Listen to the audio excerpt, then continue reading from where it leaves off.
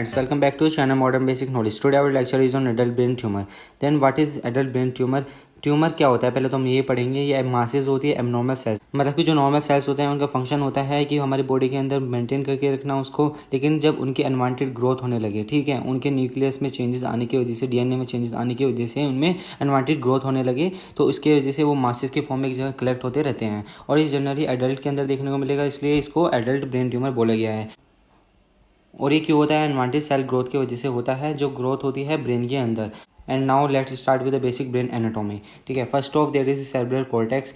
पहले हम पढ़ेंगे सेरेब्रल कॉर्टेक्स होता है जो पार्ट होता है ब्रेन का। ठीक है, देखो पहले तो हम पढ़ेंगे बीच में एक टेंटोरल रीजन होता है, जो उसके ऊपर वाला पार्ट होता है उसको बोलते हैं सुप्रा टेंटोरल।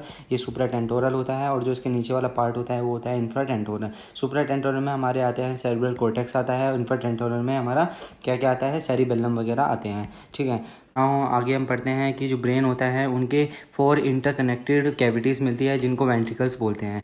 और ये वेंट्रिकल जो होते हैं ये फील्ड होते हैं सेरेब्रो स्पाइनल फ्लूइड से, जिसको सीएसएफ भी बोलते हैं। और सीएसएफ का काम क्या होता है कि ब्रेन को बायंसी प्रोवाइड करना, प्रोटेक्शन प्रोवाइड करना। बायंसी यानी कि देखो बॉडी का जो ब्रेन का वेट होता है हमारे हमको महसूस नहीं होता है, तो वो सीएसएफ की वजह से नहीं होता है, क्योंकि बायंसी प्रोवाइड करता है उसको, और उसके साथ अदर प्रोटेक्शन भी प्रोवाइड करता है। और उसके अलावा मेटाबॉलिक फ्यूल भी इसको बोलते हैं ब्रेन का।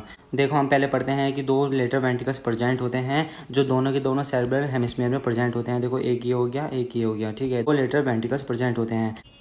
फिर इसके आगे हम फॉरवर्ड करते हैं, जो 2 लेटरल वेंट्रिकल होते हैं वो अपनी ड्रेन करते हैं सीएसएफ को, किसमें? थर्ड वेंट्रिकल में। थर्ड वेंट्रिकल क्या होता है? ये वाला स्पेस होता है, जो मिड लाइन वाला जो स्पेस होता है इन दोनों के बीच में। ये नैरो होता है, फनल शेप होता है, कैविटी होती है ब्रेन के सेंटर में। ठीक है, और ये और ज़्यादा सीएसएफ को बनाती है, और आगे सीएसएफ बना के आगे ये 4th वेंट्रिकल में इसको पहुंचाती है।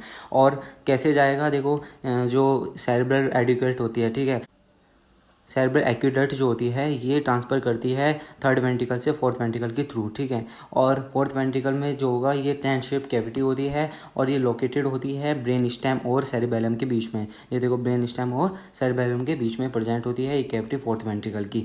और इसके बाद में हम पढ़ते हैं कि जो 4th वेंट्रिकल होता है वो अपना सीएसएफ कहाँ भेजता है? आगे सब एरिकोनॉइड स्पेस में। सब एरिकोनॉइड स्पेस कहाँ होता है? ये मतलब कि एरिकोनॉइड मैटर और पिया मैटर के बीच में होता है। अब देखो पहले हम यहाँ पढ़ते हैं, जैसे कि मेनिंजिस होती है, मेनिंजिस की ये इनर लाइनिंग्स होती है।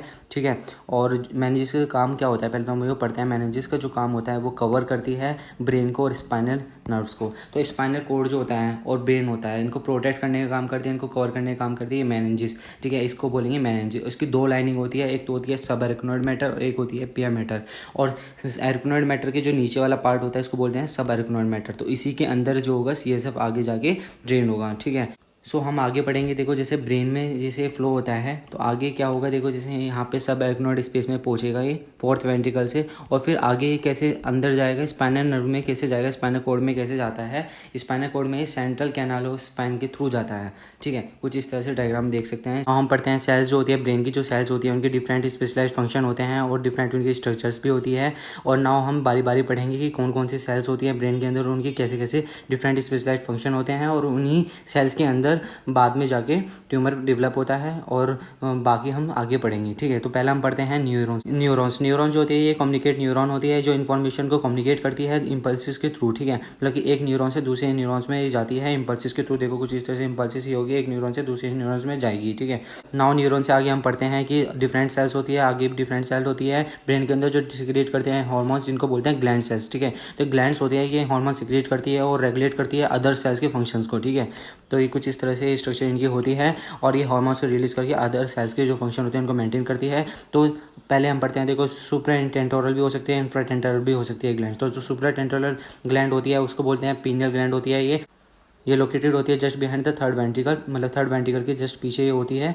और इंफ्राटेंटोरल पिट्यूटरी ग्लैंड होती है ये 3rd वेंट्रिकल के जस्ट आगे होती है, कुछ इस तरह से। देखो तो ये होगी, देखो सुप्राटेंटोरल, ये वाली सुप्राटेंटोरल होती है, और ये इंफ्राटेंटोरल होती है, लेकिन नीचे होती है 3rd वेंट्रिकल की। ठीक है, फिर हम बात करते हैं अदर कैटेगरी ऑफ सेल्स होती है, जिनको बोलते हैं न्यूरोग्लियल सेल होती हैं। ये न्यूरोग्लियल सेल का फंक्शन क्या होता है कि ब्रेन को सपोर्ट करती है और हेमोस्टेसिस में हेल्प करती है। और न्यूरोनल फंक्शन को मेंटेन करती है, ठीक है। तो जो जो इसमें आते हैं न्यूरोग्लियल सेल में आते हैं एस्ट्रोसाइट्स आते हैं, ठीक है। एस्ट्रोसाइट जो होंगे ये स्टार शेप की होती है और इनको क्या बोला गया है, क्योंकि इनके जो साइटोप्लाज्म होते हैं इनकी फ्यू प्रोसेसेस होती हैं जो स्टार शेप अपीयरेंस की होती है, तो इसलिए इसको एस्ट्रोसाइट बोला गया है, ठीक है। तो ये ब्रेन में भी मिलते हैं और स्पाइनल कॉर्ड में भी ये मिले जाते हैं, ठीक है। फंक्शंस की बात करते हैं तो ये ब्लड ब्रेन बैरियर की को मेंटेन करके रखते हैं ये, और न्यूरॉन्स को नरिशमेंट प्रोवाइड करते हैं ये, ठीक है। इसके अलावा ये क्या करते हैं, न्यूरोट्रांसमीटर जो होंगे, जैसे कोई न्यूरोट्रांसमीटर यूज़ हो गया है, ठीक है, तो डोपामिन वगैरह, ठीक है, और भी जो न्यूरोट्रांसमीटर होते हैं इनको रिसाइकलिंग करने का काम करती है, ये दोबारा से यूज़ में वर्क लाती है, ठीक है। फिर इसके बाद में पढ़ते हैं अदर टाइप ऑफ सेल जिसको बोलते हैं ओलिगोडेंड्राइट सेल होती हैं। इनकी सेलुलर प्रोसेसेस होते हैं जो ब्रांचेस की तरह दिखते हैं, देखो कुछ इस तरह से होते हैं ये ओलिगोडेंड्राइट सेल। और इनकी ब्रांचेस क्या काम करते हैं, जो न्यूरॉन्स होते हैं उनमें माइलिन बनाने का काम करते हैं। और ये ब्रांचेस जो होती है कैसे बनाते हैं, ये न्यूरॉन से जो इनकी ब्रांचेस होती है ये रैप कर लेती है, ठीक है, और ये फैटी सब्सटेंस को प्रोड्यूस करती है जिसको बोलते हैं लिपोप्रोटीन, और ये फिर इसको ही बोलते हैं माइलिन, ठीक है। और फिर हम बात करते हैं जो माइलिन होता है इनका फंक्शन क्या होता है, ये ट्रांसमिट कर दिया है इलेक्ट्रिक इंपल्स को एक्सॉन्स के थ्रू, ठीक है, मतलब ये फास्टर इंपल्स को ट्रांसमिट करेगी, मतलब कि फास्टर इंफॉर्मेशन को आगे प्रोसीड करेगी। कुछ ब्रेन सेल्स होती है जिनकी लिमिटेड एबिलिटी होती है रिप्लेस होने की इंजरी के दौरान, लेकिन मोस्ट ऑफ द सेल्स जो होती है वो रिप्लेस हो जाती है। क्यों हो जाती है, क्योंकि उनके अंदर प्रेजेंट होते हैं अनडिफरेंशिएटेड स्टेम सेल्स ब्रेन के अंदर प्रेजेंट होते हैं, ठीक है, जिनको बोलते हैं एम्ब्रियोनिक स्टेम सेल्स। ये कुछ इस तरह से दिखते हैं और ये ब्रेन के अंदर प्रेजेंट होते हैं, ये एक्टिवेट करते हैं और मैच्योर हो जाते हैं स्पेशलाइज्ड सेल के अंदर, ठीक है। तो नाउ हम पढ़ते हैं ट्यूमर। ट्यूमर जो होता है डेवलप होता है अगर डीएनए म्यूटेशन आ गया हो किसी भी इन सेल टाइप के अंदर, ठीक है, जिसकी वजह से अनकंट्रोल्ड सेल डिवीजन होता है। और टिपिकली ये म्यूटेशन आता है प्रोटो ऑन्कोजीन के अंदर, ठीक है। और मतलब देखो ट्यूमर जो होता है नॉर्मल सेल्स जो होती हैं उनके अंदर क्यों वो अनवांटेड ग्रोथ करती है, क्योंकि उनके डीएनए में चेंजेस आ जाता है, और डीएनए में भी कौन से जीन में आ जाता है, प्रोटो ऑन्कोजीन में चेंजेस आ जाते हैं, ठीक है, जिसकी वजह से क्या होता है, प्रोटो ऑन्कोजीन का फंक्शन क्या होता है कि सेल डिवीजन को प्रमोट करती है जीन्स, ठीक है, तो और ज़्यादा सेल डिवीजन फास्टर होगा, ठीक है। इसके अलावा एक और सेल्स जो होती है जिनका सप्रेशन होता है वो होती है ट्यूमर सप्रेसर जीन्स, ठीक है। ट्यूमर सप्रेसर जीन में क्या करते हैं कि इसमें सेल डिवीजन जो होता है उसका इनिबिशन जो होगा उसका लॉस हो जाता है, तो इसकी वजह से और ज़्यादा फास्टर हो जाती है सेल डिवीजन, ठीक है। तो इसकी वजह से टू मच एक्सेलरेशन होगा वहाँ पे और वहाँ पे ब्रेक नहीं हो पाए, जिसकी वजह से सेल डिवीजन जो होगा आगे प्रोसीड होता जाएगा, और जिसकी वजह से क्या होता है रिजल्ट म्यूटेटेड सेल जो होती है वो पाइलिंग अप होनी स्टार्ट हो जाती है, मतलब एक के ऊपर आनी स्टार्ट हो जाती है, स्ट्रक्चर में देख सकते हैं आप। और फाइनली क्या हो जाता है कि ये ट्यूमर मास में कन्वर्ट हो जाते हैं, पूरा ट्यूमर मास बन चुका है यहाँ पे, ठीक है। तो बेनाइन ट्यूमर जो होता है वो वेल कंटेंट होता है या लोकलाइज्ड होता है, मतलब देखो कुछ इसी पार्ट में हुआ है, इसी सेल में हुआ था, यहीं पे मास बन जाएगा, ठीक है, आगे ये प्रोसीड नहीं होगा, ठीक है। लेकिन मैलिग्नेंट की हम बात करते हैं तो मैलिग्नेंट जो ट्यूमर होता है कैंसर जो होते हैं ये कहाँ पे बेसमेंट मेम्ब्रेन को क्रॉस कर लेते हैं, ठीक है, तो कुछ इस तरह से बेसमेंट मेम्ब्रेन को क्रॉस कर लेते हैं और यहाँ पे भी पाइलिंग अप होने स्टार्ट हो जाते हैं, और सेल जो होते हैं ये मासेज जो होंगे और ज़्यादा फर्दर स्प्रेड हो जाते हैं, ठीक है, और नियर बाय टिश्यू में ये फैल जाते हैं बेसमेंट मेम्ब्रेन को क्रॉस करके, ठीक है। फिर हम बात करते हैं मैलिग्नेंट ट्यूमर सेल्स की। मैलिग्नेंट ट्यूमर सेल जो होंगे ये ब्लड वेसल्स में भी एंट्री कर लेते हैं और लिम्फ वेसल में भी एंट्री कर लेते हैं, जिसकी वजह से ये क्या करते हैं एक प्राइमरी साइट से दूसरी प्राइमरी साइट में ये पहुंच जाते हैं और कहीं पे भी पहुंच सकते हैं, सेकेंडरी साइट इसकी कहीं पे भी हो सकती है पूरी बॉडी के अंदर, ठीक है। और इसी को बोलते हैं, इसी प्रोसेस को बोलते हैं मेटास्टेसिस, ठीक है, और ये बहुत ज़्यादा डेंजरस होती है, ठीक है, इसमें बहुत ज़्यादा ये क्रॉनिक हो जाती है और इसमें बचना पेशेंट का बहुत मुश्किल हो जाता है। ना हम ब्रेन ट्यूमर को फर्दर क्लासिफाइड करते हैं, देखो जैसे उनके प्राइमरी लोकेशन के हिसाब से हम इनको क्लासिफाइड करेंगे, तो अगर सुप्रा टेंटोरल है, ठीक है, तो मतलब सेरिब्रम वाले पार्ट में है तो वहाँ पे उनको अलग नाम रखा गया है और इंफ्राटेंटोरल को अलग बोला गया है, ठीक है। नाउ पहले हम बात करते हैं एस्ट्रोसाइटोमा की। एस्ट्रोसाइटोमा जो होता है ये ट्यूमर होता है एस्ट्रोसाइट सेल्स, जो इसके बारे में हमने आपने पढ़ा था, स्टार शेप अपीयरेंस होता है इनके प्रोसेस की वजह से, तो इसमें ट्यूमर आ जाता है। तो सीवियरिटी जो होगी WHO ने बोला गया है कि इनकी सीवियरिटी जो होती है 1st से 4th ग्रेड तक होती है, ठीक है, तो बेस्ड है मतलब कि फर्स्ट भी हो सकती है, थर्ड भी और सेकेंड भी और फोर्थ भी हो सकती है, डिपेंड करता है उनकी मॉर्फोलॉजिकल और फंक्शनल फीचर पे, ठीक है। फिर ग्रेड 4 जो होता है वो बहुत ज़्यादा एबनॉर्मल सेल्स इनमें आनी शुरू हो जाती है, एग्रेसिव होता है, ठीक है। तो सारे के सारे जो ऑल ट्यूमर जो होते हैं सारे ग्रेड 4 नहीं होते हैं, वो ग्रेड 1 से ग्रेड 4 तक हो सकते हैं, ठीक है। तो नाउ हम बात करते हैं सुप्राटेंटोरल ट्यूमर की। सुप्राटेंटोरल ट्यूमर जो होता है ये majority of adult brain tumour में प्रेजेंट होता है, मतलब कि जो एडल्ट ब्रेन ट्यूमर है उसमें मेजॉरिटी में सुप्राटेंटोरल रीजन में ही मिलेगा। जैसे कि कॉमन होता है एस्ट्रोसाइटोमा, एस्ट्रोसाइटोमा का एग्जांपल होगा ग्लाइकोब्लास्टोमा, ये बहुत कॉमन होता है और इसमें एस्ट्रोसाइट मिलते हैं ब्रेन में भी स्पाइनल कॉर्ड में, तो एस्ट्रोसाइट जो होगा वो सारी लोकेशन में मिलेगा, लेकिन ग्लायोब्लास्टोमा जो होता है वो सेरेब्रल हेमिस्फीयर में ही मोस्टली देखने को मिलेगा, ठीक है। तो ग्लायोब्लास्टोमा जो होता है ये सीवियर भी बहुत ज़्यादा होता है, ठीक है। तो एस्ट्रोसाइटोमा जो होगा वो ग्रेड फर्स्ट से ग्रेड 4 तक देखने को मिलेगा, लेकिन ग्लायोब्लास्टोमा जो होगा सिर्फ ग्रेड 4 का होगा, ठीक है। अगर ये हो गया है तो इसमें ग्रेड 4 होता है, फिर फाइनल जाके वहाँ पे डेथ हो जाती है। तो हाईली मैग्नेंट ट्यूमर जो होता है ये, फिर because of the quick growth, क्योंकि इनकी क्विक ग्रोथ होती है और ये बेसमेंट मेम्ब्रेन को क्रॉस करके नियर बाई टिश्यू में भी पहुंच जाते हैं और ब्लड वेसल में भी पहुंच जाते हैं, ठीक है। तो और इसके अलावा ग्लायोब्लास्टोमा जो होगा ये क्रॉस कर सकता है कॉर्पस कैलोसम। कॉर्पस कैलोसम क्या होती है, ये मिड स्ट्रक्चर होती है, ठीक है, मिड लाइन स्ट्रक्चर होती है जो सेपरेट करती है टू सेरेब्रल हेमिस्फीयर को सेपरेट करने का काम करती है। बटरफ्लाई शेप ये दिखती है, ठीक है, क्रॉस सेक्शन में हम देखते हैं। तो कैंसर सेल जो होंगे वो रिक्रिएट करती है ब्लड वेसल्स को, ठीक है। फिर क्यों वो रिक्रिएट करती है ब्लड वेसल्स को, क्योंकि उनको न्यूट्रिएंट की जरूरत पड़ती है, ठीक है। और इसी प्रोसेस को, मतलब कि जब वो ब्लड वेसल से अपना न्यूट्रिशन लेती है, इसी प्रोसेस को बोलते हैं एंजियोजेनेसिस, ठीक है। तो ग्लायोब्लास्टोमा जो होता है वहाँ पे प्रोलिफरेट करता है उसी न्यूट्रिशन से बहुत जल्दी और एंजियोजेनेसिस वहाँ पे होती जाती है। और न्यूट्रिएंट डिमांड जो होगा एक समय पर आने स्टार्ट ऐसा हो जाएगा कि जो ग्लायोब्लास्टोमा होगा बहुत ज़्यादा सेल डिवीजन कर लेगा, ठीक है, बहुत ज़्यादा इसको होता जाएगा, लेकिन जो ब्लड सप्लाई है वो बहुत ही लिमिटेड होगी। तो वहाँ पे उस समय में क्या होगा कि पेरिफेरल ट्यूमर सेल्स को मिलेगी पहले, ठीक है, और बीच वाले को कम मिलेगी। तो इसकी वजह से बीच वाले में नेक्रोसिस होनी स्टार्ट हो जाती है और जो साइड वाला होता है वो विएबल सेल्स होती है, क्योंकि वहाँ पे अभी भी न्यूट्रिशन वहाँ पे मिल रहा है, और बीच वाले में नेक्रोसिस देखने को मिलेगी। इसी प्रोसेस को बोलते हैं सूडो पैलिसेडिंग पैटर्न, इसको बोलते हैं, ठीक है। कुछ इस तरह से देखने को मिलेगा, सूडो पैलिसेडिंग पैटर्न देखने को मिलेगा इसमें। फिर सुप्राटेंटोरल ट्यूमर की हम बात करते हैं, तो इसमें हम देखते हैं दूसरा मेनिंजियोमा, ठीक है। पहले तो हमने पढ़ा ग्लायोब्लास्टोमा पढ़ा हमने, ठीक है, एस्ट्रोसाइटोमा। सेकंड हम पढ़ेंगे मेनिंजियोमा। मेनिंजियोमा जो होगा ये भी अदर कॉमन होता है। ये कहाँ पे प्रेजेंट होता है, देखो ये एरिकनोइड मैटर में प्रेजेंट होता है, ठीक है। एरिकनोइड मैटर जो होता है उसकी सेल होती है, इसको बोलते हैं एरिकनोइड कैप सेल, इसको बोलते हैं, ठीक है। तो एक कैप सेल होती है, एरिकनोइड कैप सेल यहाँ पे देखने को मिलेगा। और ये कहाँ पे फॉर्म होता है, ये पेरिसैजिटल रीजन में फॉर्म होता है और ब्रेन के सरफेस में फॉर्म होता है और ड्यूरा मैटर तक ये स्प्रेड आउट हो जाता है, ठीक है। फिर हम बात करते हैं, ये ग्रेड फर्स्ट से ग्रेड थर्ड तक ये देखने को मिलेगा, और लेकिन ये बहुत ही स्लो ग्रोइंग होता है, ठीक है, बहुत स्लो ग्रोइंग होता है। तो इस वजह से ये जल्दी मैरिनेट नहीं होगा। तो हिस्टोलॉजिकली हम बात करते हैं तो नेस्ट ऑफ सेल की तरह दिखेगा, ठीक है, जैसे कि सेल्स को घोंसला बन गया हो, ठीक है। इसके अलावा ये multi cellular syncytium of fuse cell, मतलब कि कितने सारे सेल्स जो होंगे जो मैलिग्नेंट सेल है वो बाद में जाके फ्यूज्ड हो जाते हैं, जिसकी वजह से उनके न्यूक्लियस भी बहुत ज़्यादा दिखने को मिलते हैं, और ये कुछ इस तरह से देखने को मिलेंगे नेस्ट ऑफ सेल की तरह, ठीक है।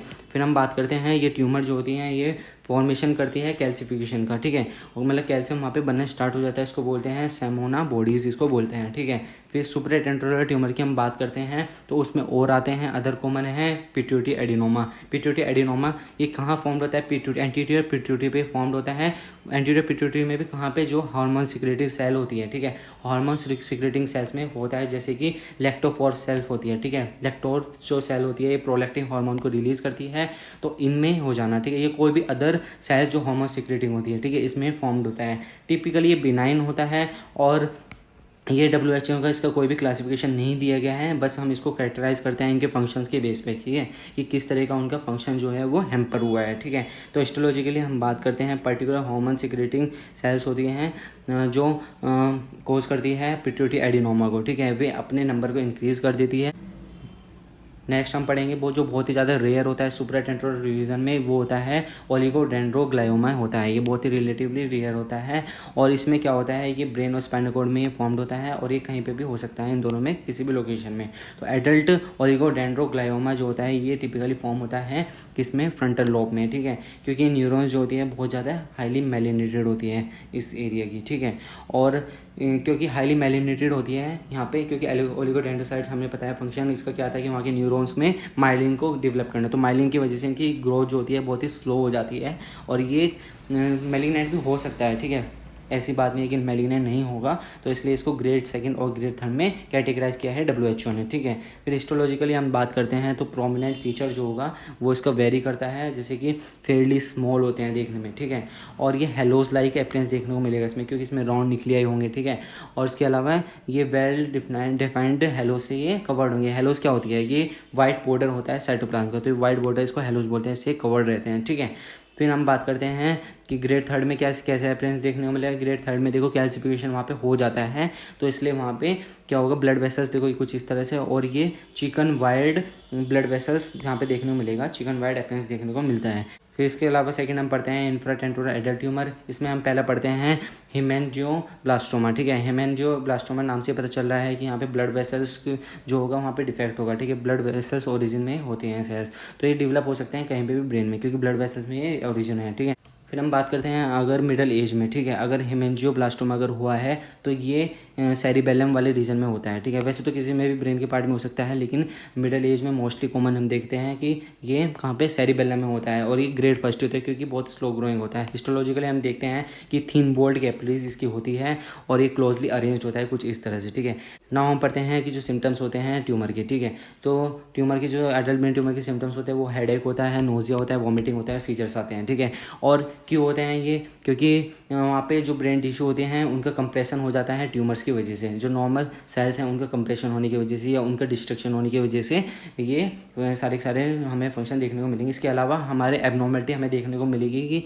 जैसे कि हार्मोन सिक्रेटिंग सेल्स अगर वहाँ पे ट्यूमर हुआ है तो उसके हार्मोन्स भी ज़्यादा सीक्रेट होने शुरू हो जाएंगे, कम होने लगेंगे, तो उसकी वजह से नॉर्मल जो बॉडी फंक्शंस हैं वो भी हैम्पर होंगे। ठीक है, तो जैसे कि एग्जांपल हम बात करते हैं पिट्यूटरी एडिनोमा की, एंटीरियर पिट्यूटरी में प्रोलैक्टिन हार्मोन्स जो होंगे, ठीक है, सीक्रेटिंग सेल्स का वहाँ पे ट्यूमर हुआ है तो वहाँ पे इंक्रीज होगा प्रोलैक्टिन सिक्रेशन। इसकी वजह से क्या होगा, वहाँ पे एमिनोरिया हो जाता है फीमेल के अंदर। ठीक है, वीमेन के अंदर एमिनोरिया और मेन के अंदर इनफर्टिलिटी देखने को मिलती है, क्योंकि ट्यूमर सेल जो होगा वो साइज होता है ग्रोथ में और वो कंप्रेस कर देता है सेल को और स्ट्रक्चर को। ठीक है, उसकी स्ट्रक्चर को, और इंटरप्ट करता है नॉर्मल फंक्शंस को। एग्जांपल हम बात करते हैं मेनिंजियोमास। मेनिंजियोमा में क्या होता है, मेनिंजियोमा जब ग्रो करता है, लार्ज होता है तो वेंटिकल्स जो होते हैं, ठीक है, फोर्थ वेंटिकल वहाँ पे आता था हमें पता है, तो फिर वहाँ पे वेंटिकल्स जो होंगे वो कंप्रेस हो जाएंगे नियर बाय वेंटिकल्स। ठीक है, जैसे यहाँ पे जो होगा नियर बाय वेंटिकल्स यहाँ पे कंप्रेस हो गए, ब्लॉक हो गए, तो इसकी वजह से क्या होगा, वहाँ पे स्वेलिंग आनी स्टार्ट हो जाती है और वहाँ पे हाइड्रोसिपेलस हो जाता है, वहाँ फ्लूइड भरना स्टार्ट हो जाता है। ठीक है, तो नाउ हम डायग्नोस की हम बात करते हैं तो मेडिकल इमेजिंग भी हम इसमें कर सकते हैं, जैसे कि सीटी स्कैन और एमआरआईज हम कर सकते हैं, ये बहुत कॉमन होती है एमआरआईज। ठीक है, फिर हम बात करते हैं टिश्यू बायोप्सी भी हम कर सकते हैं, जिसमें हम डेफिनेटिव डायग्नोसिस करते हैं। तो इसमें हम पर्टिकुलर हम बता सकते हैं कि कौन सी ब्रेन की किस सेल में ट्यूमर हुआ है। ठीक है, हिस्टोलॉजिकल और मॉलिक्यूलर कैरेक्टरिस्टिक के बेस पे। ठीक है, फिर हम ट्रीटमेंट की बात करते हैं। ट्रीटमेंट में हम देखते हैं कि वो डिपेंड करता है कि ट्यूमर टाइप कौन सा है, ग्रेड कौन सा है और सिम्टम्स कौन से हैं। ठीक है, और उसी के अकॉर्डिंग में हम क्या करेंगे, सर्जिकल रिमूवल करते हैं, रेडियोथेरेपी करते हैं और केमियोथेरेपी करते हैं, या इन दोनों की कॉम्बिनेशन भी कर सकते हैं। रेडियोथेरेपी भी, केमियोथेरेपी, डिपेंड करता है कि ट्यूमर के टाइप कौन सा है और कौन से ग्रेड का है। ठीक है, और अगर जो हायर ग्रेड का हो, ग्रेड 4 का, तो वहाँ पे सर्जरी ही इज ऑप्शन। ठीक है, केमोथेरेपी भी हो सकता है अगर ग्रेड 1 का, 2 का हुआ है, रेडियोथेरेपी भी हो सकता है ग्रेड 3 का हुआ है, तो वो डिपेंड करता है उसके सिम्टम्स पे। ठीक है, तो स्पेसिफिक कोर्स भी हम गाइड करते हैं उनके मॉलिक्यूलर कैरेक्टरिस्टिक्स के बेस पे। ठीक है, जो हमें बायोप्सी में मिलेगी। ठीक है, फिर हम बात करते हैं कि जो ग्रेड 4 जो होता है ट्यूमर, इसके जो चांसेस होते हैं रीअक्रेंस के वो बहुत ज़्यादा हाई होते हैं, क्योंकि ये पूरे हम रिमूव नहीं कर सकते हैं इसको सर्जरी से, या डिस्ट्रॉय नहीं कर सकते हैं, क्योंकि इससे नॉर्मल सेल्स फंक्शंस भी हैम्पर हो सकते हैं, तो उसको फुली जो होगा रिमूव नहीं किया जा सकता है सर्जरी से। ठीक है, थैंक यू। वीडियो अच्छी लगी तो लाइक और सब्सक्राइब करना, और इंस्टाग्राम चैनल को फॉलो करना, जिसकी लिंक आपको नीचे डिस्क्रिप्शन में मिलेगी, ताकि आपको लेटेस्ट अपडेट्स वहाँ पे मिलते रहें।